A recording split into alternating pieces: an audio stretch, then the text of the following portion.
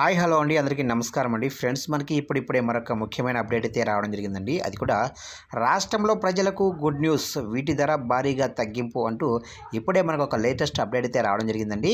అయితే ఇందుకు సంబంధించిన పూర్తి వివరాలు అయితే తెలుసుకుందామండి. వేటి ధర తగ్గించారు ఏంటి అనేది వీడియో ఎక్కడ స్కిప్ చేయకుండా చూడండి ఫ్రెండ్స్. అప్పుడే మనకు పూర్తి సమాచారం అయితే తెలుస్తుంది.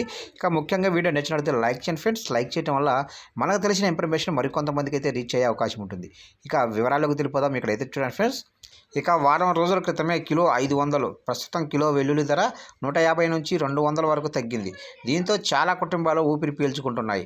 ఇటీవల వెల్లుల్లి ధర పెరగడంతో వెల్లుల్లిని వంటల్లో బంగారంలాగా ఉపయోగిస్తున్నారు.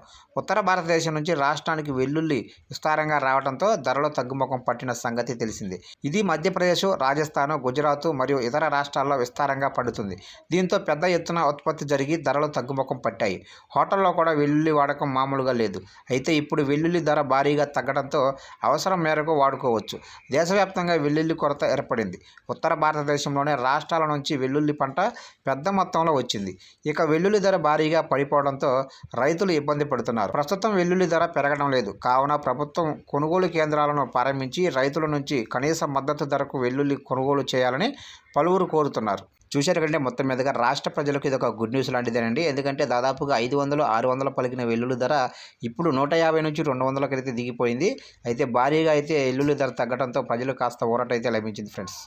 చూశారు ఫ్రెండ్స్, అప్డేట్ నచ్చినట్లయితే లైక్ చేయండి. ఇలాంటి ముఖ్యమైన అప్డేట్స్ కోసం ఇప్పుడే మన ఛానల్ని సబ్స్క్రైబ్ అయితే చేసి ఫాలో చేయండి ఫ్రెండ్స్.